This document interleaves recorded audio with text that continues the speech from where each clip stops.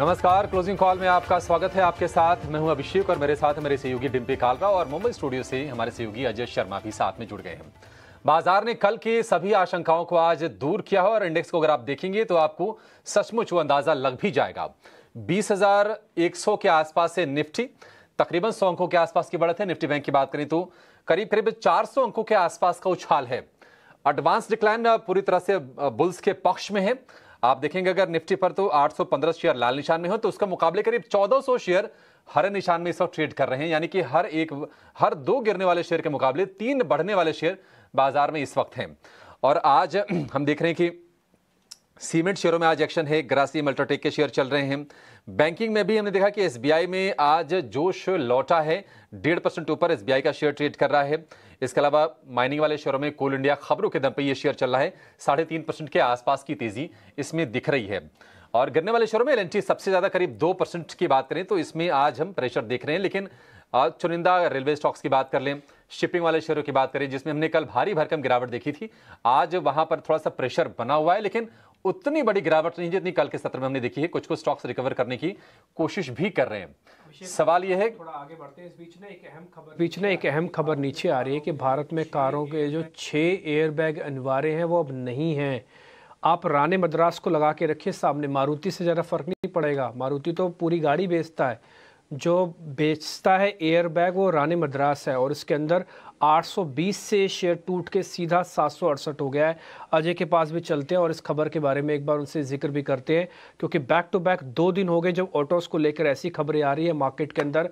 कल डीजल वाली गाड़ियों की आई और आज ये एयरबैग की खबर आई है। अजय, कैसे एनालिसिस कर रहे हैं आप? देखिए, कल वाली खबर तो हमने सबसे पहले ईटी नाउ स्वदेश पे पकड़ी थी ये बात कि ये जो बाइट आई थी गडकरी जी की, ये बहुत ज़्यादा क्लियर नहीं थी। उन्होंने मजाक में कह दिया, भाई मानोगे नहीं, शैतानी करते रहोगे तो टैक्स बढ़ा देंगे। वायर्स ने जो है उसकी जिस हिसाब से उसका इंटरप्रिटेशन करके वायर्स ने फ्लैश किया कि 10% टैक्स बढ़ेगा, उससे बाजार में थोड़ा सा नर्वसनेस हुआ। फिर उसके बाद सफाई आई, गडकरी जी ने खुद ट्वीट करके सफाई दी, स्टॉक्स रिकवर किए। ये राणे मद्रास 3000 शेयर के वॉल्यूम पे गिर रहा है, इसके बारे में बहुत ज़्यादा चिंतित नहीं होना चाहिए मेरे हिसाब से। बहुत सारे छोटे स्टॉक हैं, बहुत छोटे माइक्रो कैप और अनलिस्टेड जो बैग की सप्लाई उससे करते हैं, और 6 बैग अनिवार्य करने की बातचीत चल रही थी, बट कोई बहुत ज़्यादा कार्रवाई से निकल के नहीं आई थी। बात ये कि इमीडिएट नियर टर्म में इम्प्लीमेंट होने वाला है या नहीं, तो इसको थोड़ा देखते हैं। एक सफाई आई है आजकल, गडकरी जी सफाई के मूड में लग रहा है। ये बोल रहे हैं कि जी हाँ, 6 एयरबैग की जो डिमांड है उस पर हम काम करते रहेंगे, लेकिन इमीडिएट इसको स्टैंडर्ड बनाने की कोई ज़्यादा ऑटोमेटिकली नहीं करेंगे। देखते हैं, ये खबर थोड़ा डेवलप होने दीजिए, उसके बाद इस पर एनालिसिस और ज़्यादा समझ में आएगी। लेकिन बड़ी बात आज की इस समय की ये है, अपने व्यूअर्स को बताएं कि सुबह जो है जो lowest point of the day है वो पहले आधे घंटे में बन गया था। मिड कैप और स्मॉल कैप इंडेक्स को आप इंट्राडे लेके आइए डायरेक्टर साहब, और आप निफ्टी और सेंसेक्स भी इंट्राडे लेके आइए। ये देखिए, निफ्टी डेज हाई पे है इंट्राडे, मिड कैप इंडेक्स हरे निशान में आ रहा है शो की शुरुआत में, वो देखिए lowest point of the day पहले घंटे में बना, और स्मॉल कैप इंडेक्स तो 2/3% ऑलमोस्ट 1% हरे निशान में है। इसलिए हम आपको सुबह से यही बात बता रहे हैं कि पैनिक मत करिए, बाजार को सेटल होने दीजिए, क्वालिटी मिड कैप को डिक्लाइन पे बेट करिए। जस्ट बिकॉज कल एक आपने थोड़ी सडन गिरावट मिड कैप स्मॉल कैप में देखी, डाउन सर्किट देखे थोड़े, तो आज फॉलोअप बाइंग आएगी नहीं, ये देख के काम करिए। पैनिक की जरूरत नहीं है। बहुत रिटेल एचएनआई साइड में बैठा हुआ है, जो कैश में बैठा है। म्यूचुअल फंड हमने सुबह से आपको बता रहे हैं कि एलिवेटेड कैश लेवल्स हैं। जितना पैसा साइड में बैठा हुआ है वो जो है इंश्योर करता है कि जो फॉल्स हों बाजार में वो शैलो, वो हल्के हों।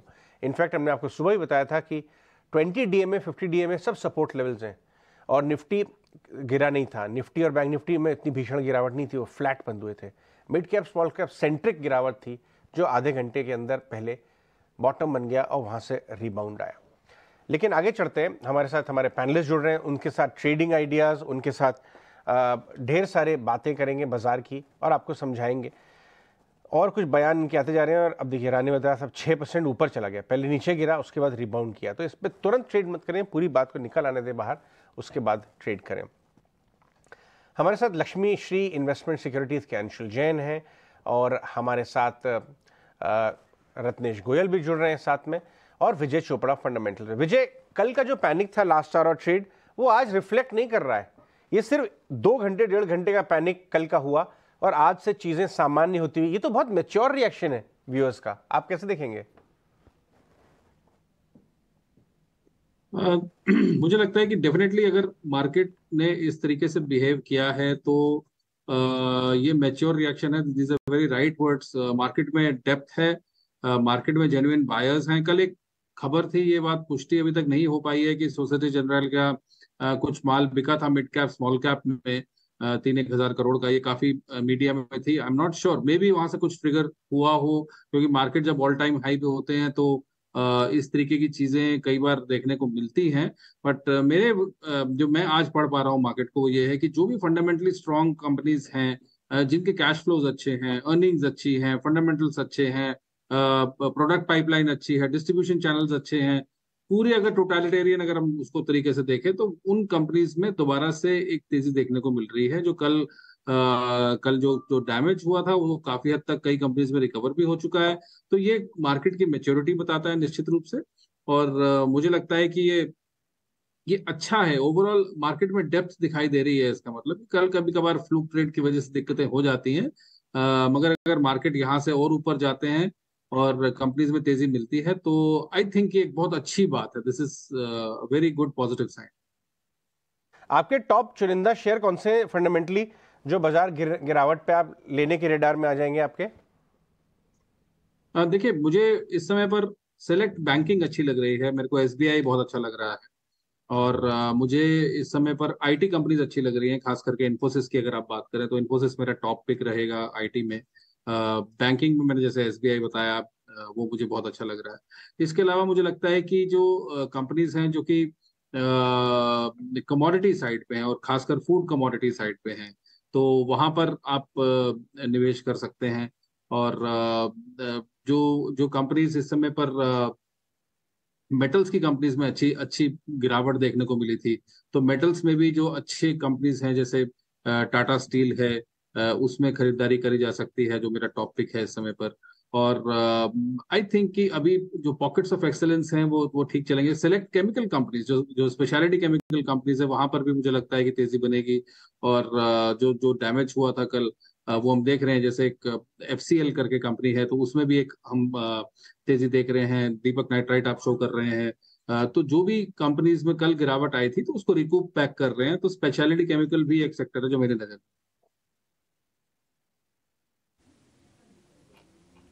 ओके, ठीक है। कुछ कुछ सेक्टर हम फंडामेंटली भी चेक करें। टेक्निकल्स कॉल्स भी ले लेते हैं आज के मेहमानों से। 2 मेहमान हमारे टेक्निकल्स के लिए, अंशुल जैन है और रत्नेश गोयल हैं।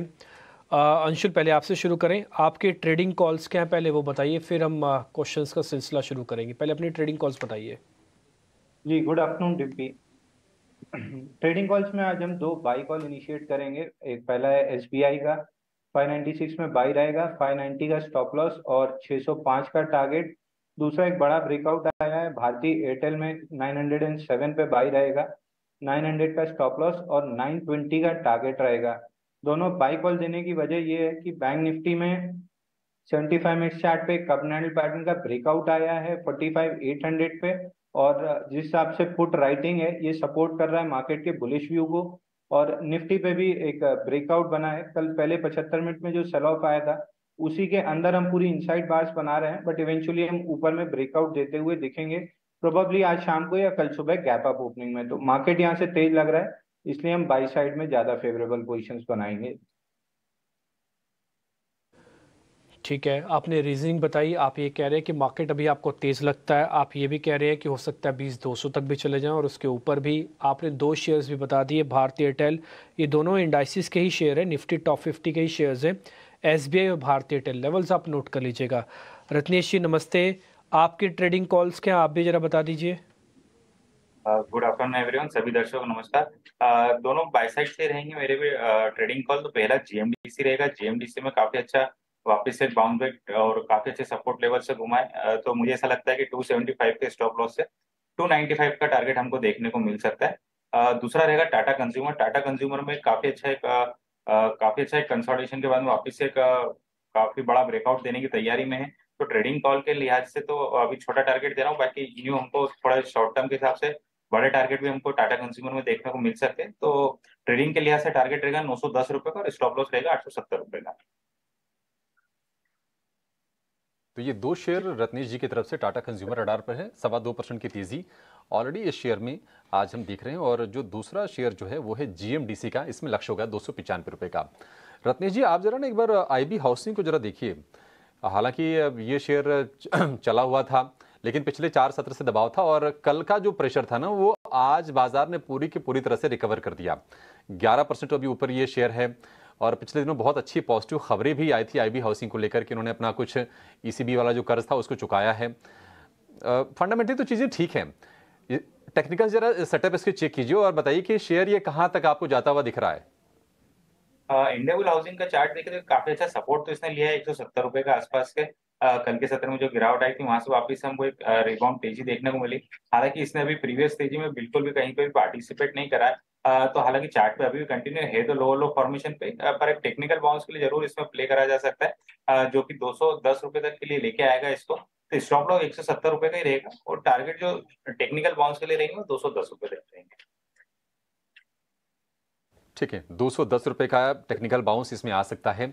आज बाजार की जो स्ट्रेंथ है ना उसके पीछे हम कह सकते हैं कि एट्रीब्यूट कर सकते हैं कि बैंकों में जो तेजी बनी है, क्योंकि निफ्टी बैंक इस वक्त 1% से ज्यादा ऊपर चला गया है, 470 अंकों के आसपास का उछाल है, 46,000 के बेहद करीब इस वक्त हम ट्रेड होते हुए देख रहे हैं दिन की ऊपरी स्तर पर।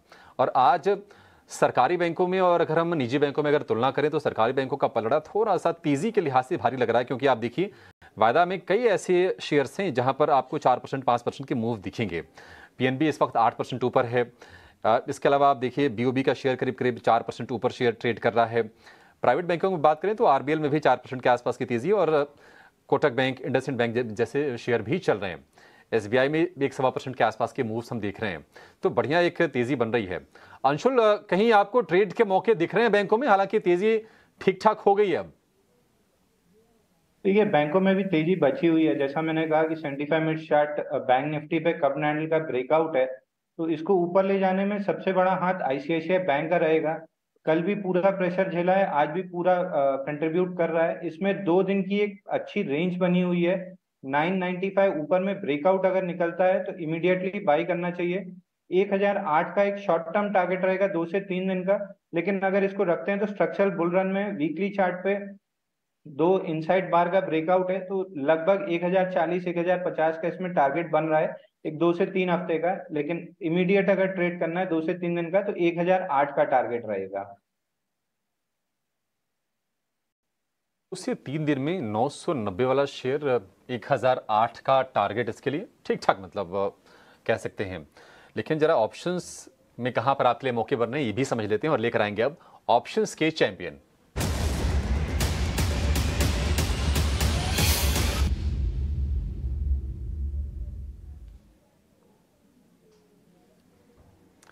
अक्षय भागवत हमारे साथ हैं। अक्षय बताइए कहां पर ट्रेड बन रहा है, कहां पर पैसे बनेंगे अभी? जी गुड आफ्टरनून। तो आज ऑप्शंस के चैंपियन में जो स्टॉक रिकमेंड करने जा रहा हूँ वो है बजाज फिनसर्व। तो बजाज फिनसर्व का लॉट साइज है 500। यहाँ पे टेक्निकल तो सेटअप बहुत ही पॉजिटिव लग रहा है और हमारा एस्टिमेट है कि स्टॉक 1600 तक जा सकता है सितंबर मंथ में। तो स्ट्रेटेजी या रणनीति रहेगी बुल कॉल स्प्रेड्स की, जहां पे आपको खरीदनी है 1540 स्ट्राइक की कॉल 28 सितंबर एक्सपायरी की, जो करीबन 39 से 40 रुपए में अवेलेबल है अभी। इसके सामने आपको 1580 की कॉल बेचनी है जो करीबन 20 रुपए पे आपको मिलेगी। तो नेट आपका जो कॉस्टिंग रहेगा इसमें 20 रुपए का रहेगा। स्ट्रेटेजी में मैक्सिमम प्रॉफिट पोटेंशियल बनेगा 11,500 का और एक स्टॉप लॉस ये स्ट्रेटेजी में आप 6,500 का बना के चले। वैसे अगर आप ये स्ट्रेटेजी ओपन रख दे तो मैक्सिमम लॉस पोटेंशियल स्ट्रेटेजी में 8,500 का, इसके ऊपर कुछ भी हो ये कैप रहेगा लॉस में। वैसे प्रॉफिट में भी 11,500 का मैक्स प्रॉफिट कैप रहेगा। सुबह Akshay, thank you very much. सुबह अक्षय ने रिलायंस से बड़ी अच्छी कॉल दी थी ऑप्शंस में भी खेलने को और अदरवाइज भी। रिलायंस डेज हाई पे आ गया और इवन अभी आज शुरुआत में, शो के शुरुआत में हमारे 2 गेस्ट ने, चोपड़ा साहब ने भी और अंशुल ने, दोनों ने एसबीआई का जिक्र किया। एसबीआई डेज हाई की तरफ जा रहा है। एक स्टॉक सुबह हमने आपको ऑफकोर्स आईबी हाउसिंग बताया था जो आज एफएनओ स्टॉक है, बहुत बढ़िया चला कि आप इसको छोड़िएगा मत। एक स्टॉक लाल निशान में ट्रेड कर रहा है, अभी भी टाइम है बाजार बंद होने में, लेकिन आपको नजर रखनी चाहिए वो है टीवीएस मोटर्स। ऑफ लो है। अंशु जरा इसके चार्ट चेक करके बताइए टीवीएस मोटर्स। टीवीएस मोटर्स में एक वर्टिकल रैली थी 1331 से लेके 1500 तक। तो ये करंट जो 2 दिन का डाउन मूव आया है, ये प्रॉफिट बुकिंग है और 1 दिन से 2 दिन और इसमें प्रॉफिट बुकिंग बनी रहेगी। 20 डे मूविंग एवरेज इसका 1428 के आसपास है। तो अभी फिलहाल के लिए 1428 तक का डाउन मूव है। उस जोन में कहीं भी रिजेक्शन बनता है तो एक बाइंग अपॉर्चुनिटी ट्रिगर होगी, बट फिलहाल 1 से 2 दिन के लिए नीचे लग रहा है।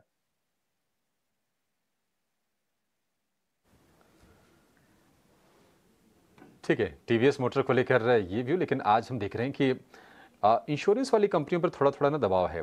सुबह के सत्र में हमने एसबीआई लाइफ पर भी दबाव देखा।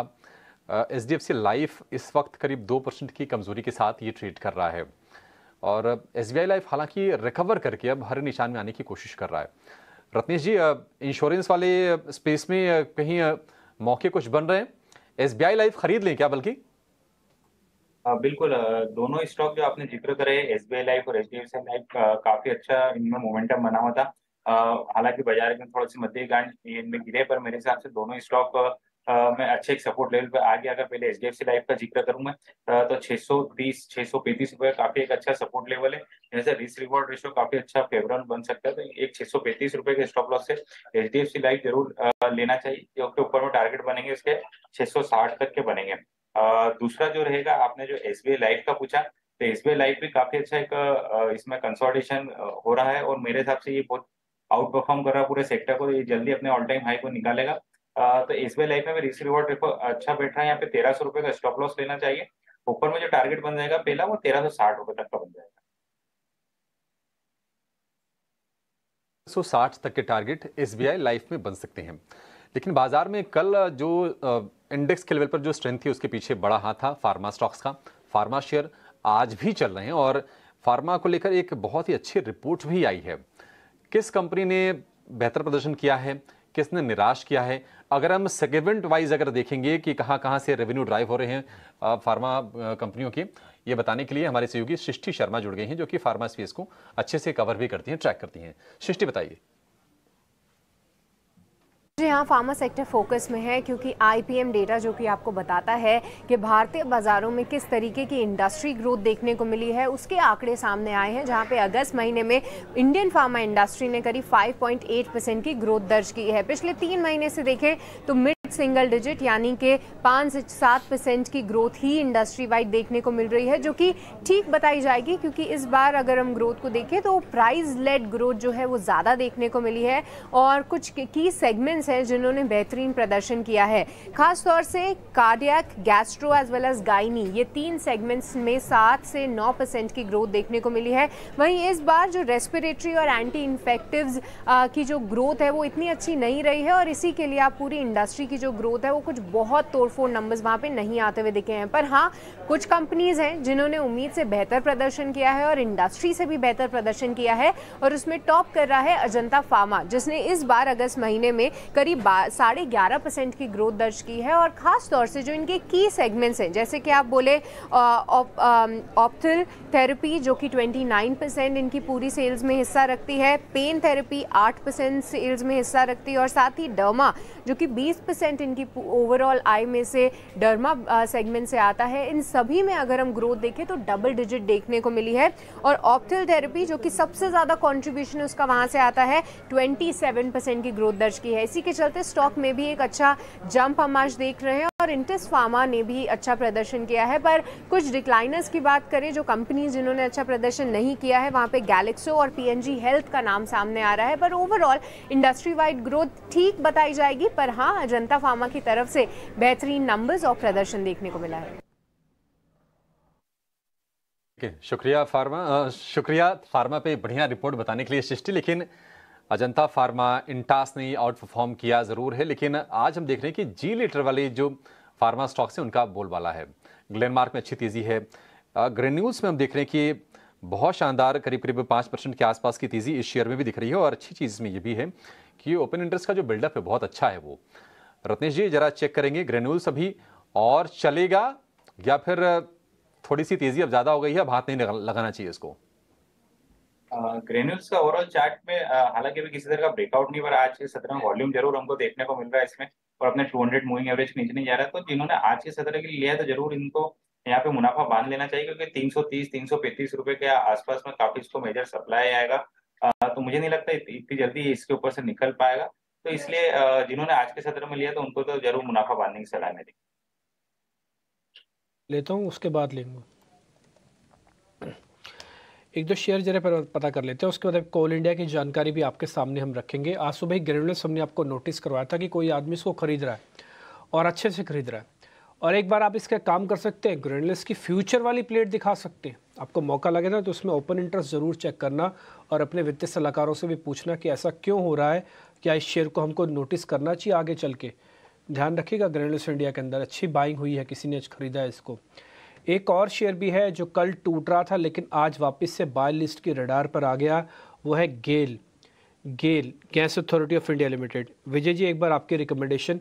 गैस वाले स्टॉक्स को ऐसा लग रहा है कि ऊपर जाना चाहते हैं, बस थोड़ा रेगुलेटेड है ज़्यादा मार्केट, इसलिए उतनी स्पीड से ऊपर नहीं आ पाए जैसे और कंपनीज आ जाती हैं। आपका इस पे टेक क्या है गेल पे? कल की गिरावट के बाद डिम्पी थोड़ी सी ये कोशिश कर रहा है ऊपर जाने की, और हो सकता है कि पुराने हाई को दोबारा से ये चेक करे, दोबारा से टेस्ट करे, और अच्छी संभावना है मुझे लगता है यहाँ से आपको 10-1% की तेजी देखने को मिले। मगर इससे भी बेटर जो मुझे लगता है चार्ट वाइज और फंडामेंटली जो स्टॉक में इतना तेजी देखने को नहीं मिला वो है IGL। अगर आप गैस की बात ही करें तो इंद्रप्रस्थ गैस मुझे ज्यादा अच्छी लग रही है इस समय पे। तो गेल में यदि कोई प्रॉफिट बुक करता है नीचे में लिया हो तो वो IGL में एंट्री कर सकता है 462 पे, और मुझे लगता है ये 500 के पार जाने की तैयारी कर सकता है, और बहुत अच्छा चार्ट सेटअप भी लग रहा है, फंडामेंटली भी IGL बहुत स्ट्रांग है। ओके, ठीक है। ग्लेनमार्क को लेकर हमने बैक टू बैक दो आपको ऑप्शंस बताई थी, एक 810 के और एक 840 की। दोनों ऑप्शंस ने अपने टारगेट को हिट किया, लेकिन ग्लेनमार्क अभी भी पोजिशनली ठीक है। आज सुबह भी एक एनालिस्ट ने ग्लेनमार्क की कॉल दी थी बाकायदा इसको प्लस करने के लिए। क्या ग्लेनमार्क को BTST भी किया जा सकता है या फिर 5% बहुत होता है? एक बार आप चेक करेंगे अंशुल, ग्लेनमार्क को BTST भी करें या फिर आज का इंट्राडे 5% है, book the profit leave the market? देखिए, ग्लेनमार्क में भी थोड़ा सा स्कोप बचा हुआ है। 880 ऊपर में भी टारगेट कल के सेशन में मिल सकता है। तो अगर बाई नहीं किया है तो 320-325 के आसपास BTST इसको लेके जाना चाहिए। प्रोबेबली एक गैप अप ओपनिंग के बाद 870 तक के लेवल्स टेस्ट कर सकते हैं। और एक अजंता फार्मा भी डिस्कस हो रहा था, अजंता फार्मा में भी वीकली चार्ट पे बहुत अच्छा बेस ब्रेकआउट आया है 5 हफ्ते की कंसोलिडेशन से। तो ये स्टॉक भी काफी तेज लग रहा है। 2000 तक के टारगेट प्रोबेबली 15 दिन में इसमें टेस्ट किए जा सकते हैं। ओके, ठीक है। एक छोटे से ब्रेक। क्लोजिंग कॉल में आपका फिर से स्वागत है। बाजार के स्तर को अगर आप देखेंगे तो उसमें बहुत ज्यादा परिवर्तन नहीं हुआ है, स्टॉक्स मूव कर रहे होंगे, लेकिन अगर आप हेडलाइन देखेंगे 20,100 के आसपास रेजिस्टेंस फेस कर रहा है निफ्टी बैंक की बात करें तो 450 अंक ऊपर है। बहुत बिल्कुल स्टेबल हम कह सकते हैं बाजार है, और चढ़ने वाला और गिरने वाले शेयरों में भी बदलाव आपको नहीं दिखेगा। कोल इंडिया टॉप गियर में शुमार है, करीब 3.5% ये शेयर चल रहा है। लेकिन कोल इंडिया चल क्यों रहा है, आखिर इसके लिए क्या ट्रिगर आज के सत्र में बना है, बताने के लिए हमारे सहयोगी आशीषा जुड़ गई हैं। आशीषा, बताइए क्या है ट्रिगर्स? जी हाँ, कोल इंडिया में आज ही नहीं पिछले कुछ दिनों से काफ़ी तेज़ी देखने को मिल रही है। पिछले 5 दिनों में 10% का उछाल और पिछले 1 महीने में करीब 20% का उछाल स्टॉक में देखने को मिला है।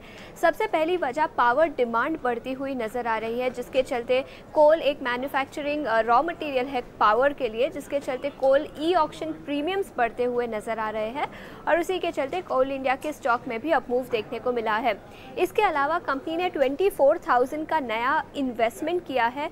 इको फ्रेंडली कोल ट्रांसपोर्टेशन के लिए ये इन्वेस्टमेंट किया गया है। 61 FMC प्रोजेक्ट्स में कंपनी इन्वेस्ट करेगी, जिसके चलते भी अपमूव देखने को मिला है। याद रखिए, इको फ्रेंडली कोल ट्रांसपोर्टेशन किया जाएगा। टोटल कैपेसिटी करीब 763 MTPA के आसपास होगी, और इसके बेनिफिट्स भी जान लेते हैं।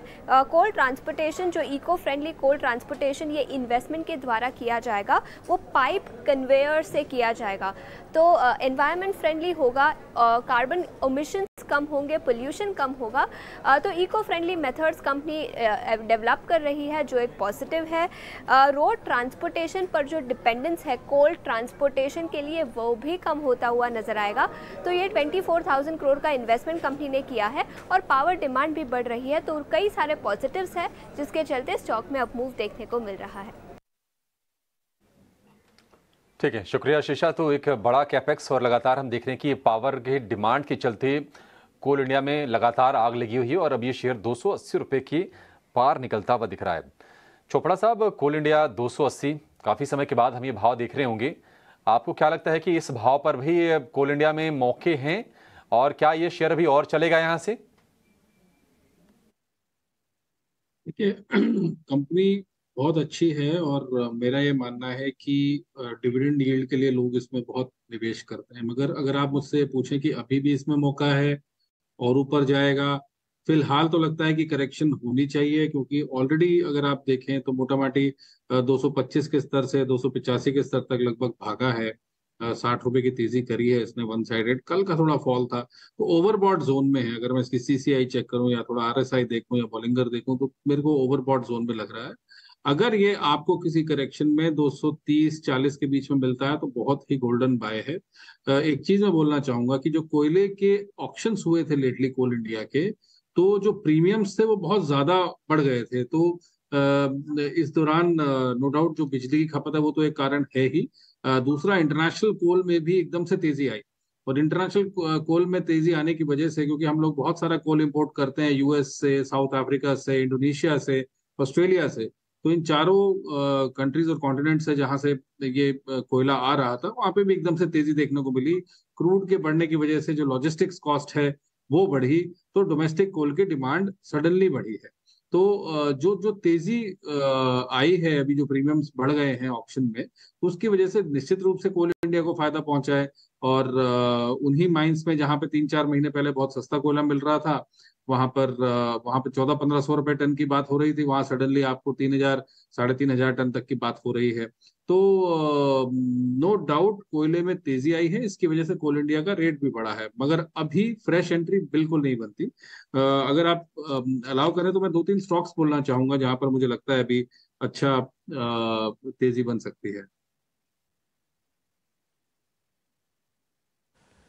जी जी विजय जी बताइए ना, हम तो वेट ही कर रहे हैं, बताइए शेयर्स बताइए। जी जी जी मुझे लगता है टेक्सटाइल जो क्षेत्र है वहां पर एक अच्छा मौका है। मैं 1-2 क्षेत्रों की बात करूंगा जहां पर तेजी बन सकती है आने वाले 3 महीनों में। तो टेक्सटाइल से रिलेटेड एक कंपनी है डॉलर, जो कि अंडरगारमेंट्स बनाती है। डॉलर में अभी तक हमने कोई खास तेजी देखी नहीं है। हालांकि हमने देखा था कि लक्स जो इसका एक कॉम्पिटिटर है उसमें बहुत अच्छी तेजी बनी थी कुछ दिन पहले। तो डॉलर अभी जो 432 पे ट्रेड कर रहा है, मुझे लगता है ये 480 और 500 के स्तर को टच कर सकता है, तो डॉलर में खरीदारी करी जा सकती है। दूसरा मुझे जो जो क्षेत्र लगता है वो है कार्बन, क्योंकि ईवीज में भी कार्बन की खपत बहुत होती है। और वैसे भी अगर आप टायर्स देखें या बहुत वेरियस इंडस्ट्रीज में कार्बन की खपत होती है। तो एक जो शेयर है गोवा कार्बन के नाम से, तो गोवा कार्बन भी मुझे बहुत अच्छा लगता है। इस स्तर पे करीब 540 पे भी ट्रेड कर रहा है। और हमने सबने देखा कि जो एचईजी में हुआ, तो वो गोवा कार्बन में भी मुझे लगता है कि इतना अपसाइड तो नहीं, मगर एक अच्छा अपसाइड में देखता हूँ। तो 540 पे यदि कोई खरीदता है मध्यम अवधि के लिए, तो मैं इसका 600 के लक्ष्य के लिए, 600 सवा 600 के लक्ष्य के लिए गोवा कार्बन में खरीदारी करी जा सकती है। तीसरा जो मुझे लगता है कि जो सेक्टर है वो है चावल। जनरली अभी हमने देखा कि जो चावल की कीमतें हैं वो है 15 साल के ऊंचाई के स्तर पे अभी ट्रेड कर रहे हैं। और अभी मॉनसून में चावल की बुआई हुई है। कुछ क्षेत्रों में जहां पर बारिश अच्छी होनी चाहिए थी वहां पे नॉर्मल बारिश नहीं हुई है। तो मेरा ये मानना है कि इस बार चावल के भाव में तेजी रहेगी। और जो भी चावल की 3 लिस्टेड कंपनीज हैं, जो केआरबीएल है, एलटी फूड है और जो मिष्ठान फूड्स है, इन तीनों में मुझे लगता है कि तेजी बननी चाहिए। और फाइनली जो एक सेक्टर में बोलना चाहता हूँ वो है शुगर। शुगर में भी मुझे लगता है कि आने वाले 3 से 6 महीनों के लिए खरीदारी करी जा सकती है। जनरली मॉनसून के बाद जब फेस्टिव सीजन शुरू होता है तो ऑफटेक बहुत तेजी से बढ़ जाता है शुगर का और कंजम्पशन बढ़ जाती है। दिवाली के आसपास हमारे देश की 40 से 50% जो मिठाई खाई जाती है तो वो दिवाली के आसपास होता है, तो बहुत ज्यादा यूजेज होता है शुगर का। तो इसमें जो टॉप कंपनीज मुझे जो अच्छी लगती है, मुझे बलराम चीनी बहुत अच्छी लगती है। इसमें ईआईडी पेरी मैं एक बार बोलना चाहूंगा, जो कि पेरिस के नाम से जो उनका ब्रांड है, ये मुरुगप्पा ग्रुप का कंपनी है। ईआईडी पेरी बहुत अच्छी लगती है मेरे को इस भाव पे। और जो छोटी कंपनीज हैं उनमें भी मुझे लगता है कि तेजी बननी चाहिए। तो एक कंपनी है उगर शुगर जो मुझे इस समय पर बहुत अच्छी लगती है, द उगर शुगर के नाम से। तो उगर शुगर में भी मैं एक रिकमेंड करना चाहूंगा, जो एक स्मॉल कैप कंपनी।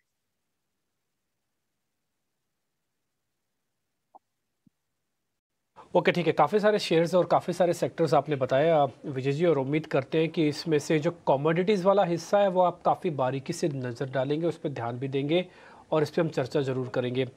थोड़ी देर में हम आपके सामने एक और इंटरेस्टिंग लिंक, अंकुर मेरे सहयोगी मेरे साथ जुड़ जाएंगे, तो मैं उनसे भी एक जानकारी आप तक पहुँचाऊँगा। लेकिन एक शेयर जो 3-4 दिन पहले हमने आपके सामने रखा था और उसका न्यूज़ फ्लो इतना दमदार था कि वो पहले से ही लग रहा था कि शेयर चलेगा ज़रूर, और वो शेयर था ITI का, जब उन्होंने स्मैश नाम के कंप्यूटर्स को लॉन्च किया मार्केट के अंदर, और सारी डिटेल हमने आपके सामने साझा की थी।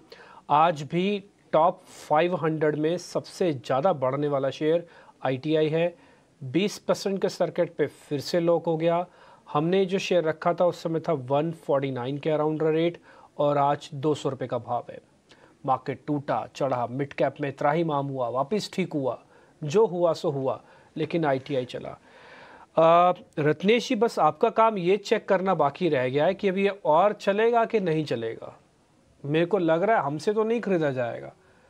3-4 दिन के अंदर 50%, 60% चलने वाले शेयर्स में हाथ डालना रोग नहीं है। आप जरा चेक करके बता दिए और कितना चलेगा जिनके पास है।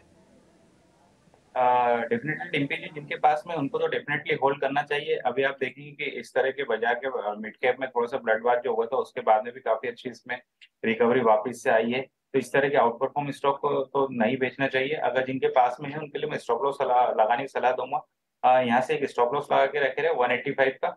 मुझे ऐसा लगता है ये कहीं ना कहीं हमको 235 से 240 रुपए तक के टारगेट इसमें आते हुए दिख जाएंगे।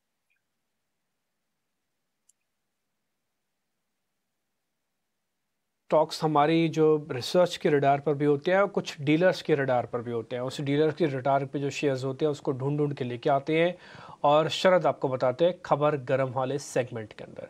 आइए फटाफट से देखते हैं उस सेगमेंट।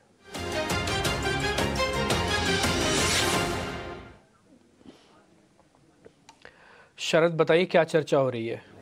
जी बिल्कुल, भारती एयरटेल जो है फोकस में रहने वाला है। यहाँ पे हमारी डीलर्स के साथ बातचीत हो रही है, तो 2 अहम काउंटर्स पे बाइंग आ रही है। कुछ सेलेक्टिव HNI काउंटर्स है और एक बड़ी PE जो है उनके भी है बाइंग की खबर देखने मिल रही है। PE मतलब जो एक प्राइवेट इक्विटी प्लेयर होती है। अब याद रखिए FIs और FPIs की बारे में बात करें तो लगभग 21% से ज़्यादा का स्टेक जो है उनका ऑलरेडी भारतीय एयरटेल में है। और आज दिन के ट्रेड में देखें तो वॉल्यूम्स में भी जो है एक अच्छी पकड़ देखने मिली है।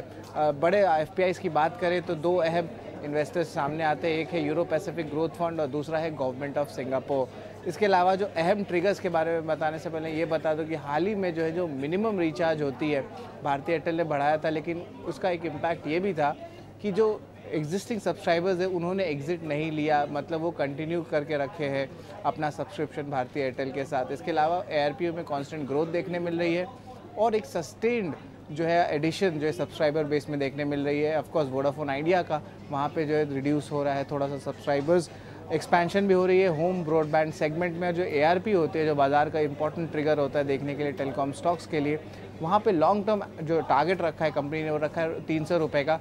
और अभी तक जो लास्ट क्वार्टर में आंकड़े हमने चेक किए वो लगभग 200 रुपये प्रति शेयर का ARPU था बेसिकली। ठीक है, शुक्रिया शरद। तो भारतीय एयरटेल ये है डीलिंग रूम में चर्चा का विषय और ये शेयर आज चल भी रहा है 2.5% के आसपास की मजबूती है और कई मल्टीपल ट्रिगर्स हैं। ब्रॉडबैंड कारोबार इनका ठीक कर रहा है, कस्टमर एडिशन ठीक हो रहे हैं, ARPU यानी कि एवरेज रेवेन्यू पर यूजर, हर ग्राहक से कितनी आय होती है औसत निकाल के ARPU निकाला जाता है। अब वहां पर भी कंपनी का प्रदर्शन ठीक ठाक रहा है और अच्छी चीज़ ये है कि कई ऐसे एनालिस्ट हैं जिनके रडार पर यह शेयर है और हजार हजार रुपए टारगेट्स वो दे रहे हैं। रत्नेश जी, आपके भी टारगेट्स 1000 के ऊपर वाले ही हैं क्या? जरा चेक करके बताएंगे इसको। भारतीय एयरटेल ने बिल्कुल आउट परफॉर्म करा इस सेक्टर में, और काफी अच्छा इसमें फॉर्मेशन कंटिन्यू हाई फॉर्मेशन बन रहा है, और अपने की एवरेज से बहुत ज्यादा भी दूर नहीं निकला है ये। तो मुझे ऐसा लगता है कि बिल्कुल 1000 रुपए तो शॉर्ट टर्म में बिल्कुल इसके टारगेट बनेंगे। तो जिनके पास में है उनको होल्ड करना चाहिए। इवन की नई एंट्री भी इसमें ली जा सकती है। यहाँ पे मैं तो 900 रुपए का एक स्टॉप लॉस लगाना चाहिए। ऊपर में टारगेट जो इमीडिएट टारगेट हमको देखने को मिलेंगे वो 940 रुपए तक के देखने को मिलेंगे। ठीक है, 940 तक के टेक्निकल आधार पर ये लक्ष्य आपको सुझा रहे हैं रत्नेश जी। एक बड़ी खबर आ रही है, वो खबर है होम लोन जो लोग लेते हैं उनके लिए खबर है। दरअसल आरबीआई ने रीपेमेंट के बाद प्रॉपर्टी दस्तावेज लौटाने के नए नियम जारी कर दिए हैं। नियमों में क्या बदलाव हुए हैं, क्या खबर है, क्या अपडेट से बताने के लिए हमारे सहयोगी अंकुर साथ में जुड़ गए हैं। अंकुर, बताइए जरा।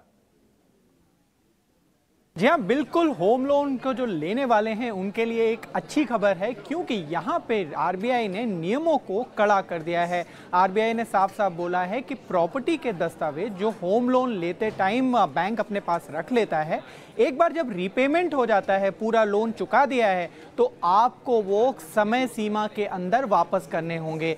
तो यहाँ पर क्लियर डायरेक्शन है कि रिजर्व बैंक ऑफ इंडिया ने बोला है कि लोन चुकाने के बाद तय समय में, और ये तय समय है 30 दिन का, आपको प्रॉपर्टी के पेपर्स जो मॉर्टगेज रखे हुए हैं वो ग्राहक को वापस करने होंगे। अब यहाँ पे इंपॉर्टेंट पॉइंट्स यहाँ पे नोट करने की ये है कि ग्राहक की सुविधा को देखते हुए एक तो ये बोला है कि 30 से अगर 31वां दिन होता है तो आपको 5000 पर डे की पेनल्टी देनी होगी बैंक को। मैं फिर से रिपीट कर दूं कि अगर एक भी दिन एक्स्ट्रा होता है पर डे, लेंडर्स को 5000 रुपए प्रति दिन का मुआवजा देना पड़ेगा ग्राहकों को। तो ये जो शिकायतें आ रही थी पहले ग्राहकों की कि उनके प्रॉपर्टी के पेपर्स कई बार खराब हो गए हैं, समय से वापस नहीं हो रहे हैं, या फिर बैंक ओवरचार्ज कर रहा है, तो आपको अब परेशान होने की जरूरत नहीं है। रिजर्व बैंक ऑफ इंडिया ने ग्राहक की सुविधा को देखते हुए अब 30 दिन में वो प्रॉपर्टी के पेपर्स वापस देने को कहा है। और यहां तक बात खत्म नहीं होती। रिजर्व बैंक ऑफ इंडिया ने ये भी बोला है कि ग्राहक की सुविधा के अनुसार या तो जिस ब्रांच से लोन लिया है वहां पर आप पेपर्स लौटाइए, या फिर ग्राहक की सुविधा को देखते हुए जो नियरेस्ट ब्रांच है वहां पर वो प्रॉपर्टी के पेपर्स पहुंचने चाहिए। तो पूरी तरीके से जो फोकस है वो कस्टमर को ग्रीवेंस को मिटाना है, और 30 दिन के अंदर प्रॉपर्टी के पेपर्स को वापस करने का लक्ष्य जो है वो लेंडर्स को दिया गया है। ठीक है, शुक्रिया अंकुर। तो घर खरीदारों के लिए एक निश्चित तौर पर राहत की खबर ये कह सकते हैं, क्योंकि कई बार ना कागज़ पाने में ना कई बार चक्कर बहुत लगाने पड़ते हैं, और उस प्रोसेस को कम से कम आरबीआई ने अब आसान कर दिए हैं। लेकिन एक बड़ी खबर आ रही है कि प्रधानमंत्री उज्ज्वला योजना को कैबिनेट से मंजूरी मिल गई है, और हालांकि इसका ऐलान पहले हो गया था कि अगले 3 सालों में 75 लाख और गैस कनेक्शन बांटे जाएंगे। और अभी कैबिनेट की ब्रीफिंग चल रही थी। केंद्रीय मंत्री अनुराग ठाकुर प्रेस को संबोधित कर रहे थे, और वहां पर उन्होंने ये बताया है कि कैबिनेट से इस फैसले को मंजूरी मिल भी गई है। 75 लाख नए एलपीजी कनेक्शन को मंजूरी मिली है। तो ये एक अपडेट्स क्रूशियल है जो आपके सामने रखना था। लेकिन कुछ और जरा स्टॉक्स हैं, जरा इसके बारे में अपने एक्सपर्ट्स का व्यू लेते हैं। चूँकि बीपीसीएल कल के सत्र में हमने देखा था कि काफ़ी तेज़ी से ये शेयर नीचे आया था, 4-4.5% ये टूटा था। आज संभलने की कोशिश कर रहा है, और आज का संभलना थोड़ा सा हम पॉजिटिव इसलिए भी कहेंगे क्योंकि आज एक नेगेटिव खबर के बावजूद ये संभल रहा है। खबर ये आई थी कि क्रूड जिस तरह से चाल दिखा रहा था $92 के आसपास, तो निश्चित तौर पर जो OMCs होती है उनके लिए थोड़ा सा नेगेटिव होता है ये। लेकिन इस वक्त ये डे हाई पर ट्रेड कर रहा है। इसको अंशुल कैसे देखें? बीपीसीएल, एचपीसीएल, ये दोनों के दोनों शेयर हरे निशान में ट्रेड कर रहा है। आईओसी भी इस वक्त डे हाई के आसपास है। देखिए, दोनों काउंटर में लोअर हाई लोअर लो की फॉर्मेशन है, और आज 200 डे मूविंग एवरेज से बाउंस किया है बीपीसीएल, तो इसको डेड कैट बाउंस की कैटेगरी में रखेंगे। बहुत ज्यादा स्ट्रेंथ नहीं है। 360 364 की जोन तक आता है, तो वहां पे अगर लॉन्ग्स है तो एग्जिट कर लेना चाहिए, और अगर नहीं है तो वहां पे एक बार शॉर्ट ट्रेड इनिशिएट कर सकते हैं वापस से स्विंग लो 340 के लिए। वीक काउंटर है, अंडर परफॉर्मिंग काउंटर है, तो इससे निकल के फार्मा में इस समय तेजी आ रही है, तो वहां अगर इन्वेस्ट करते हैं तो रिटर्न ऑन कैपिटल थोड़ा सा अच्छा मिलेगा। OMCs पर ये व्यू। लेकिन एक और शेयर जहां पर हम चमक बढ़ते हुए देख रहे हैं वो है टाइटन का। इस वक्त आपको ये शेयर दिन के ऊपरी स्तरों के आसपास जाके दिखाई देगा और तेजी जो है करीब 2.5% के आसपास की टाइटन में हो चुकी है। 3263 रुपए आज इसने शायद 52 हफ्ते का नया ऊपरी स्तर भी बना है टाइटन के शेयर ने, यानी कि कल की जो थोड़ी बहुत थकावट थी उस थकावट से तुरंत उबर के फिर से तेजी की चाल इसमें शुरू हो गई है। रत्नेश जी, टाइटन में नई तेजी करनी चाहिए या नहीं, आपका व्यू क्या होगा इस पर? टाइटन में भी चार्ट पे किसी भी तरह की वीकनेस नहीं दिखाई है इसमें, ये भी कंटिन्यू हाई फॉर्मेशन में है और ये भी अपने एवरेजेस से बहुत ज्यादा दूर नहीं है, तो बिल्कुल नई तेजी की इसमें सलाह रहेगी। जिन्होंने ले रखा है उनको तो होल्ड करना चाहिए, और जो नई तेजी करना चाहते हैं उनके लिए स्टॉप लॉस रहेगा यहाँ पे 3220 रुपए का, और मुझे ऐसा लगता है कि बहुत जल्दी हमको इसमें टारगेट 3320 रुपए तक के लिए आते हुए दिखेंगे। ठीक है, और स्टॉक्स पे फटाफट से चेक करते हुए चलते हैं, जहाँ पे कहीं कहीं पे कुछ BTST के सौदे बन रहे हैं कि नहीं बन रहे हैं। हम कुछ शेयर पूछे अंशुल आपसे, आपके पास है कोई BTST? तो पहले आप ही बता दीजिए। देखिए BTST टाटा स्टील रहेगा। टाटा स्टील में 5-6 दिन की अच्छी रेंज है। आज एक फेल्ड ब्रेकडाउन दिया है तो बेयर ट्रैप की फॉर्मेशन भी है। 130 के ऊपर निकलता है तो BTST करना चाहिए। स्टॉप लॉस 127 का रहेगा और टारगेट ऊपर में 136 का आएगा। दूसरा BTST आज फार्मा शेयरों में बहुत तेजी है। सन फार्मा में आली चार्ट पे कप एंड हैंडल पैटर्न का ब्रेकआउट है। 1150 के ऊपर इसमें BTST करना चाहिए। टारगेट 1170 का रहेगा। स्टॉप लॉस 1140 के आसपास का आएगा। ओके ठीक है, फार्मास्यूटिकल्स के अंदर बाय मिल रहा है हमको। आज सीमेंट के अंदर भी काफ़ी दम है। दिन में तो ऑप्शंस का ट्रेड हमको मिल गया था ग्रासिम का, लेकिन क्या BTST भी ग्रासिम को करना है कि नहीं करना, पता कर लेते हैं। रत्नेश जरा ग्रासिम चेक करना, इसको BTST करना है कि नहीं करना? ग्रासिम में बिल्कुल BTST करी जा सकती है डिम्पी जी। इसमें एक अच्छा डेली चार्ट पे काफी अच्छा फॉर्मेशन इसमें बना है, जो कि मुझे ऐसा लगता है काफी अच्छी तेजी इसमें देखने को मिल सकती है। तो एक 1910 रुपए का स्टॉप लॉस लगा के ग्रासिम में BTST करी जा सकती है। ठीक है, ये तो हमने आपसे पूछ लिया ग्रासिम का BTST। आपका कौन सा शेयर, आप कौन से शेयर्स देना चाहते हैं रत्नेश जी? बिल्कुल BTST काफी अच्छे स्टॉक्स रडार पे आ रहे हैं। उसमें सबसे पहले एक टाटा कॉफी रहेगा। तो टाटा कॉफी में काफी लंबे कंसोलिडेशन के बाद में ब्रेकआउट देखने को मिल रहा है, तो मुझे ऐसा लगता है टाटा कॉफी में कल के सत्र में एक अच्छी हमको एक्टिविटी देखने को मिलेगी। तो इसमें 256 रुपए का स्टॉप लॉस लगाना चाहिए और 280 रुपए तक के टारगेट इसमें देखने को मिलेंगे। दूसरा स्टॉक रहेगा bank of India. Bank of India में भी काफी अच्छा एक वॉल्यूम एक्टिविटी और काफी अच्छा एक स्ट्रक्चर बन रहा है, तो यहाँ पे भी एक और ये अपना जो 2021 का हाई भी निकाल रहा है, तो मुझे ऐसा लगता है कि बैंक इंडिया में BTST करना चाहिए। 100 रुपए का स्टॉप लॉस लगाना चाहिए और मुझे टारगेट जो दिखते हैं कल के सत्र के लिए वो 110 रुपए तक के लिए दिखते हैं। इसके साथ में एक जो मैंने कॉल दिया था अपना जब शो शुरू हुआ था GMDC, तो उसके टारगेट हालांकि लगभग आ गए हैं, तो उसको भी BTST के लिए अगर जिन्होंने ले रखा है उसको स्टॉप लॉस लगा के उसको भी BTST करा जा सकता है। बैंक ऑफ इंडिया GMDC को आप BTST भी कर सकते हैं। ये शो शुरू होने के साथ ही आपको खरीदारी की सलाह दी गई थी। इसके अलावा टाटा कॉफ़ी बढ़िया तेज़ी हो रही है, लेकिन तेज़ी अभी और बढ़ेगी ऐसा भरोसा रत्नेश जी का। और टाटा कॉफ़ी के साथ साथ कॉफ़ी से जुड़ी एक और कंपनी कॉफ़ी डे एंटरप्राइजेज, वहाँ पर भी हम देख रहे हैं कि अब तो 20% का सर्किट ही लग गया। आज बढ़िया तेज़ी उसमें हुई है। चोपड़ा साहब, जरा एक कंपनी है ना पीडीएस नाम है इसका, और मैं काफ़ी दिनों से देख रहा हूँ कि इसमें मूवमेंट ना ठीक ठाक है। खासतौर से अगर आप महीने 2 महीने में अगर आप देखेंगे तो ये शेयर बहुत तेज़ी से ऊपर आया है और अब तो 500 रुपये के आसपास के भाव इसके हो गए हैं।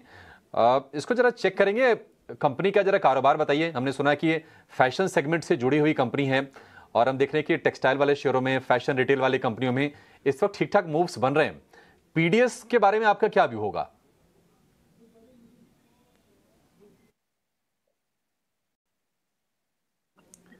चोपड़ा साहब अनम्यूट कीजिए सर। ये कंपनी टेक्सटाइल के कारोबार में है और प्राइमरली काफी कंट्रीज में भी काम करती है ये, और काफी सोर्सिंग करती है, टेक्सटाइल की मैन्युफैक्चरिंग करती है और रिटेल भी करती है। मगर जिस तरीके की तेजी इस स्टॉक में देखने को मिली, लगभग आप देखिए 320 से हम देख रहे हैं 485 का स्तर इसने टच किया है, तो जिसके पास भी है इमीडिएटली प्रॉफिट बुक करें। और किसी और फंडामेंटली स्ट्रॉन्ग कंपनी में जाएं। बहुत सारे ऑप्शंस हैं मार्केट में जो मुझे लगता है नीचे मिल रहे हैं। मैंने अभी डॉलर बोला, मुझे लगता है कि डॉलर है, लक्स जैसी कंपनीज है, लक्स में भी करेक्शन हुआ है। तो ये सदाबहार कंपनीज हैं, सदाबहार अंडरगारमेंट्स बिकते रहते हैं, चाहे मंदी हो चाहे तेजी हो, इस मार्केट में कमी नहीं होती है। तो ये दोनों स्टॉक्स ऑलरेडी करेक्टेड हैं, इसमें आप एंटर कर सकते हैं। एक और सेक्टर है जो मुझे लगता है हमारे दोस्त डिम्पी जी का भी काफी फेवरेट सेक्टर रहा है। यूबीएल मुझे बहुत अच्छा लगता है 1600 के आसपास के भाव पे। और जैसे सर्दियां अप्रोच करती हैं तो वैसे हम देखते हैं कि लिकर सेल्स भी बढ़ती हैं, तो यूबीएल में भी खरीदारी करने का मैं रिकमेंडेशन दूंगा। मगर पीडीएस में खास करके मैं कहूंगा अच्छी तेजी हो चुकी है, इसमें मुनाफा बांध है, और जो स्टॉक्स मैंने कहे हैं उनमें जा सकते हैं, या कुछ ऐसी कंपनी जो ऑलरेडी अभी नीचे हैं और चली नहीं है उनमें आप जाएं, तो वो एक बेहतर स्ट्रेटेजी होगी। प्रॉफिट बांधना भी बहुत ही आवश्यक है ऐसे मार्केट्स में। मार्केट्स ऑल टाइम हाई पे हैं, अगर आपका पोर्टफोलियो भी ऑल टाइम हाई पे है, प्रॉफिट्स बुक करते रहें। और मैं कहूंगा कि कुछ पैसा अपने लार्ज कैप में भी हमको शिफ्ट करना है। जैसे मैंने बोला कि यूबीएल एक अच्छा बड़ा कंपनी है, आईटीसी जैसे कंपनी में आप जा सकते हैं, इन्फोसिस मैंने बोला इन्फोसिस में आप जा सकते हैं। तो कुछ लार्ज कैप में भी आप पैसा शिफ्ट करते रहिए। ठीक है, बढ़िया है सर। एक साथ बहुत सारे नाम, लेकिन यूबीएल आपने ना आज बुधवार को सजेस्ट कर दिया, ये तो शुक्रवार वाला स्टॉक है। खैर, कल के सत्र में कौन से इवेंट्स फोकस में रहेंगे, बाजार को कौन से इवेंट्स प्रभावित करते हुए दिखेंगी, ये बताने के लिए वामाक्षी हमारे साथ जुड़ गई हैं इवेंट्स टू वॉच लेकर। वामाक्षी बताइए। करते हम कुछ इंपॉर्टेंट इकोनॉमिक क्यूज के साथ। तो डोमेस्टिक फ्रंट पर हमारी नज़र होगी बैलेंस ऑफ पेमेंट्स और होलसेल प्राइसेस पर। यूएस मार्केट्स की भी अगर हम बात करें तो यहाँ से पीपीआई डेटा एक्सपेक्टेड है, और कल यूरोजोन में एक इंपॉर्टेंट इवेंट होने जा रहा है, वो है ईसीबी का रेट डिसीजन। तो डेफिनेटली ये भी एक इंपॉर्टेंट इकोनॉमिक क्यू बनता है जो हमें ज़रूर अपने रेडार पर रखना होगा। इसके अलावा अगर हम देखें तो कॉर्पोरेट फ्रंट पर कुछ एक्शन जो नज़र आएगा, क्योंकि कल निफ्टी की वीकली एक्सपायरी है। जी भी फोकस में रहेगा क्योंकि एसएडी अपनी हियरिंग कंटिन्यू करने वाली है। टाटा मोटर्स भी हमारे रेडार पर रहेगा क्योंकि टाटा नेक्सॉन ईवी की लॉन्च होने जा रही है। इसके अलावा अगर हम देखें तो आईपीओ मार्केट्स में भी काफ़ी एक्शन नज़र आ रहा है। 2 आईपीओस खुल रहे हैं सब्सक्रिप्शन के लिए सितंबर 14 से सितंबर 18 तक, और ये आईपीओस है समही होटल्स और Zaggle prepaid ocean services limited के। तो लास्टली ये थे सारे इंपॉर्टेंट इवेंट्स और क्यूज जो आपके रेडार पर होने चाहिए कल की ट्रेडिंग सेशन के लिए। ओके, ठीक है। ये कुछ एक इवेंट्स की एक पूरी लिस्ट थी जो माक्षी ने आपको बता दी है कि इसमें क्या ट्रेड करना चाहिए। टाटा कॉफ़ी आपने बड़ा इंटरेस्टिंग शेयर बताया है रत्नेश जी। अगर आप नहीं बताते तो पक्का मैं शेयर पूछने ही वाला था आपसे कि टाटा कॉफ़ी को बीटीएसटी कर दें कि नहीं कर दें। तो एक शेयर आपने मेरे से कम करवा दी मेरी लिस्ट में से। एक काम आप कीजिए फिर, लगे हाथ फिर एक शेयर और चेक कीजिए। क्रिसिल का शेयर क्या बीटीएसटी करने की ज़रूरत है और इन्वेस्टमेंट करने की ज़रूरत है? क्रिसिल CRISIL के नाम से मिलेगी कंपनी। डिम्पी जी, बीटीएसटी तो नहीं दिखता, पर हाँ इन्वेस्टमेंट जरूर इसमें करा जा सकता है। इसमें काफी अच्छा कंसोलिडेशन चल रहा है, कि किसी भी तरह की वीकनेस शो नहीं कर रहा है। चार्ट भी काफी अच्छा है और हाई राइट फॉर्मेशन में। तो मुझे ऐसा लगता है जब तक ये 3750 के नीचे नहीं जाएगा, इसमें किसी भी तरह की वीकनेस नहीं, तो जरूर इसमें इन्वेस्टमेंट करा जा सकता है। ऊपर में टारगेट इसके जो बनेंगे वो 4030 तक के बन सकते हैं। ओके, ठीक है। अंशुल एक शेयर जरा आप चेक करना, नवीन फ्लोरिन, ये एसटीबीटी का कैंडिडेट है क्या? नवीन फ्लोरिन एकदम एसटीबीटी किया जा सकता है। इसमें second day of follow through move है। नीचे में इमीडिएट सपोर्ट 4380 और 4290 के आसपास है। तो दोनों के टारगेट लेके इसको शॉर्ट कर सकते हैं। कल के सेशन में टारगेट 4380 के आसपास के मिल जाएंगे, और 2 से 3 दिन रखते हैं तो नीचे 4290 तक के लेवल्स मिल सकते हैं। ओके, ठीक है। तो मार्केट के अंदर जैसे अभी विजय जी भी आपसे कह रहे थे ना कि जहाँ जहाँ अच्छा प्रॉफिट्स है बुक द प्रॉफिट, वो करना चाहिए। और ज़रूरी नहीं है सारे शेयर आपको ख़रीदने ही है, आप हेज करो, आप शॉर्ट करके रखो थोड़ा बहुत, और आपको जहाँ ठीक लगता है आप वो ट्रेड भी देख सकते हो। नवीन फ्लोरिन एक है। एक शेयर मेरी लिस्ट में और है जिसको कल क्योंकि भारतीय एयरटेल बार बार चल रहा है, उसकी जिक्र हो रहा है, उस साथ में है इंडस टावर नाम की कंपनी। एक बार ज़रा रत्नेश आप टेक्निकली चेक करो, इंडस टावर में कोई ट्रेड बनता है कि नहीं बनता? इंडस टावर का चार्ट अभी बहुत ज्यादा इतना अट्रैक्टिव नहीं, लो फॉर्मेशन पे इसमें किसी भी तरह की तेजी का पार्टिसिपेशन नहीं। मुझे नहीं लगता अभी कल के सत्र के लिए अभी शॉर्ट टर्म के लिए इसमें कोई रेट बन रहा है, तो मेरे हिसाब से थोड़ा सा भी इसको अवॉइड रखना चाहिए मेरे हिसाब से। ठीक है, अवॉइड करने की सलाह है, लेकिन बैंकिंग शेयरों में ना खासतौर से जो छोटे छोटे बैंक हैं जिस पर कई बार नज़र नहीं जाती है, वो बैंक बहुत ही ज़बरदस्त तरीके से चल रहे हैं। जेएनके बैंक ये शेयर आज फिर से 10% के तगड़े मूव्स दिखा रहा है, और अगर आप एक साल का चार्ट निकाल के देखेंगे तो ये शेयर 4 गुना हो गया है। 26-27 रुपये के आसपास का भाव था, अब 107-8 रुपये का भाव इसका हो गया है। चोपड़ा साहब, जेएनके बैंक, क्योंकि देखिए जम्मू कश्मीर में जो भी डेवलपमेंट वाले जो भी इनिशिएटिव्स लिए जाने हैं तो उसका बेनिफिशियरी जेएनके बैंक साफ तौर पर है, और अभी भी काफ़ी सस्ता है। अगर हम इसके वैल्यूएशंस को देखें तो आपको लगता है कि ये रफ्तार यहीं नहीं रुकेगी, या फिर अपनी जो आप थ्योरी बता रहे हैं कि प्रॉफिट टेकिंग करते रहनी चाहिए, आप उस पर कायम हैं? जेएनके बैंक मेरा पढ़ा हुआ शेयर है और मैंने काफी इस पे काम किया, रिसर्च किया है। और नो डाउट उस समय पर जब ये 20-22 रुपए चलता था, मैंने कई चैनल्स पे कई जगह पर काफी बार मैंने इसको रिकमेंड किया, बार बार रिकमेंड किया। मगर इस समय मैं कहूंगा अगर एप्पल टू एप्पल कंपैरिजन करें तो मुझे पीएनबी ज्यादा अच्छा लगता है। अगर आप पीएनबी का टोटल नेटवर्क देखें और जो भाव 60 रुपए के आसपास जो भी चलता है पीएनबी, अगर हम पंजाब नेशनल बैंक को देखें तो मुझे लगता है वेल प्लेस्ड है। सॉरी 72 रुपए के आसपास चलता है, मैं माफी चाहता हूँ। तो आज भी 18 की पीई पे अवेलेबल है, 80,000 करोड़ का मार्केट कैप है। अगर आप एसबीआई से कंपेयर करें तो पंजाब नेशनल बैंक थोड़ा सा ही नीचे है उससे। अब एसेट क्वालिटी जो पहले पंजाब नेशनल बैंक की कई साल पहले हम लोग ही मजाक उड़ाया करते थे कि सबसे पहले फ्रॉड्स जो होते हैं वो पीएनबी में निकलते हैं, मगर अब बहुत अच्छा खासा समय हो गया है जब जो एसेट क्वालिटी है वो इम्प्रूव होती दिख रही है, जो एनपीएस है वो कम होते दिख रहे हैं, और जो कासा डिपॉजिट्स हैं वो बढ़ रहे हैं। और मुझे लगता है कि पीएनबी जो यहाँ पर आज 72 रुपए के लिए कोई लंबी अवधि के लिए लेना चाहे, कम से कम 1 से 2 साल के लिए, तो यहाँ से डबल होने का दमखम रखता है पीएनबी। तो जेएनके बैंक निश्चित रूप से अच्छा है। मुझे लगता है जिन्होंने नीचे के स्तर पे लिया वो उसमें मुनाफा बांधे। और आज पीएनबी हम देख रहे हैं करीब करीब 8-9% ऊपर है। थोड़ा सा करेक्शन में अगर पीएनबी आपको मिल जाए 68-67 पे, वंडरफुल बाय है। और इसको कम से कम 1.5 से 2 साल के पर्सपेक्टिव से बाय करके रखना चाहिए। मुझे लगता है पीएनबी में हमें फायरवर्क्स दिखेंगे। यहां से डबल होने की क्षमता है पंजाब नेशनल बैंक के शेयर में। आज हम देख रहे हैं कि केमिकल वाले स्पेस में ना फिर से एक्शन लौटा है, और ये शेयर बहुत चले भी हैं ये, लेकिन उसमें ना चर्निंग हो रही है, रोटेशन भी हो रहा है कि कुछ शेयर आज चल रहे हैं, कल नहीं चलेंगे। आज हम देख रहे हैं कि पीएनबी की भी बात हो रही थी तो पंजाब केमिकल्स में देख रहे हैं कि 7% के आसपास का उछाल है। इसके अलावा आरती इंडस्ट्रीज, थिरुमलाई केमिकल, ये शेयर चल रहे हैं। हालांकि चले बहुत ज़्यादा है रत्नेश जी, लेकिन क्या कोई ट्रेड के मौके हैं इनमें शेयरों में अभी? तिरुमलाई केमिकल का चार्ट देखने पे ऐसा लगता है कि इसमें करेक्शन, मुझे ऐसा लगता है जो अभी कल के सत्र में हुआ वो हो चुका है, क्योंकि काफी अच्छा सपोर्ट लेवल इसका 210 रुपए का, 205 रुपए का जो सपोर्ट लेवल है, ये जो रेंज है काफी अच्छी रेंज है ये। और इसने शॉर्ट टर्म मूविंग एवरेज का सपोर्ट भी ले लिया है, तो इसमें जरूर एक बार शॉर्ट टर्म के लिहाज से इसमें ट्रेड करा जा सकता है, क्योंकि अपने 200 मूविंग एवरेज नीचे जल्दी नहीं जाएगा, तो 195 का एक स्टॉप लॉस लगाना चाहिए। ऊपर में जो टारगेट बन सकते हैं इसके 230 रुपए तक के लिए बन सकते हैं।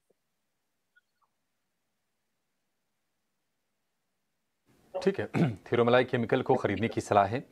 रानी मद्रास जरा स्क्रीन पर लेके आइए, क्योंकि अब ये शेयर है 10% ऊपर। और नितिन गडकरी का एक बयान आया था, बयान हमने आपको सुनाया भी था कि 6 एयर बैग्स कारों में लगाने को लेकर सरकार इस फैसले को अनिवार्य नहीं करने जा रही है। हालांकि ये तो एयरबैग बनाती है कंपनी, तो देखा जाए तो सेंटिमेंटली थोड़ा सा नेगेटिव हो सकता है इसके लिए, लेकिन ये शेयर 10-11% ऊपर अभी ट्रेड कर रहा है। 858-59 रुपये के आसपास के भाव हैं। इसमें रत्नेश क्या करना चाहिए? रानी मद्रास आज आखिरी घंटे में बहुत अच्छी रफ्तार, और आज ही नहीं, ये शेयर लगातार चल रहा है। कल जब छोटे मझोले शेयर गिर भी रहे थे ना, तो ये उससे छूता था, कल भी शेयर चल रहा था ये।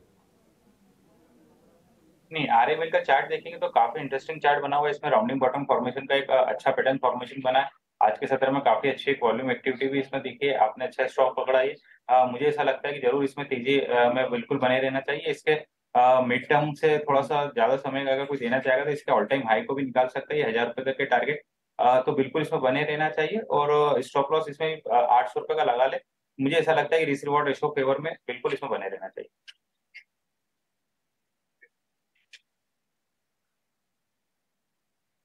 अब हम जरा क्लोजिंग की तरफ बढ़ रहे हैं। ज़्यादा शेयर्स BTST STBT वगैरह पूछने की कोई खास ज़रूरत है नहीं और ना ही बताने की। जो आपने माल ले रखा है उसको सिर्फ चेक कीजिए, आज के मोमेंटम से लेसन लीजिए, आज की जो आपकी रीडिंग्स है मार्केट्स की उसको ज़रा कॉपी डाउन कर लीजिए और लिख लीजिए कि ये आज का मेरा लेसन्स है और ये मेरी आज की अर्निंग या मेरे आज के लॉसेस हैं, इसको मैं कैसे कम करूँ या प्रॉफिट्स को कैसे बढ़ाऊँ। तो ये आपके लिए आज का समझने का पॉइंट है। आज की निफ्टी की क्लोजिंग चेक करते हैं, 20,000 के ऊपर मिल रही है। ये सेकंड टाइम है जब हम 20,000 के ऊपर क्लोज कर रहे हैं 3 दिन के अंदर। 3 दिन पहले यानी कि परसों तरसों हमने लगाया था 20,000, उसके बाद कल थोड़ा डिप आया, आज वापिस से हमको इसके ऊपर क्लोजिंग मिल रही है। बैंक निफ्टी 46,000 का रेजिस्टेंस है, उसके बेहद करीब है। अगर कल गैप मिलता है तो ठीक है, नहीं तो कम से कम 150 पॉइंट के आसपास के बाद एक रेजिस्टेंस आ जाएगा 46,000 का, जहाँ पे फिर से हाथ बदला होगा। तो इस चीज़ के लिए थोड़ा तैयार रहिएगा। आज जो गेनर्स बन रहे हैं निफ्टी के स्पीड से जरा दिखाइएगा सारे के सारे। पहले मैं निफ्टी पे आता हूँ। आज निफ्टी को जो स्ट्रेंथ दी है कोल इंडिया ने दी है, ग्रासिम ने दी है, टाटा कंज्यूमर्स ने दी है, भारतीय एयरटेल ने दी है। इसमें से ग्रासिम, कोल इंडिया, टाटा कंज्यूमर्स ये ज़्यादातर ट्रेडिंग कॉल में भी तब्दील हुई हैं और BTST में भी तब्दील हुई हैं। एडवांस डिक्लाइन आपको सुबह अगर याद होगा तो 850 शेयरों का था, वो बड़ा है 1400 शेयरों का हो चुका है। तो आज का दिन पूरा दिन ये कह सकते हैं कि बाजार ने अपने आप को जो कल डैमेज किया था ना केवल उसको रिपेयर किया बल्कि अच्छे से क्लोज भी किया। तो रिपेयरिंग और अच्छी क्लोजिंग आज का मार्केट का पॉइंट है। दूसरा पॉइंट, आज सीमेंट कंपनीज थोड़ा आगे आई हैं, कॉमोडिटी बेस्ड कंपनीज वापस से आ गई हैं। बी अवेयर, थोड़ा सावधान, यहाँ पे आपको अच्छे ट्रेड मिल जाएंगे। नेक्स्ट 50 के अंदर अगर जाके चेक करेंगे तो आपको Canara bank, bank of Baroda जैसे बैंक्स थोड़े सामने आए हैं। बड़े बैंकों में अगर आपको डर लग रहा है कि नहीं आना चाहिए तो ये छोटे छोटे बैंक्स जो हैं जिनकी वैल्यू थोड़ी कम है, आप इन बैंक में एक्सपेरिमेंट ज़रूर कीजिए, इनमें रिटर्न काफ़ी स्ट्रॉन्ग मिलता है। जैसे आपको हिंट लगे कि बड़े बैंक बैंक निफ्टी को संभालने का काम कर रहे हैं। जल्दी से चेक कर लेते हैं छोटे मझोले शेयर्स के अंदर कौन से शेयर्स आज अच्छे बड़े के बंद हुए। ITI का लॉक हुआ 20% का circuit. India bull housing, SJVN, Infy beam और IOB ये कुछ एक शेयर हैं जो 8 से 20% तक भी बढ़े हैं।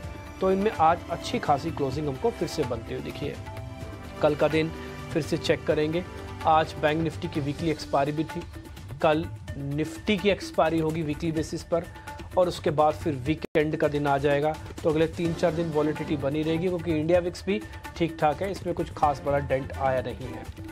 विजय जी बहुत शुक्रिया, थैंक यू वेरी मच आज समय देने के लिए। शुक्रिया अंशुल आपका, शुक्रिया रत्नेश आपका आज कार्यक्रम में जुड़ने के लिए।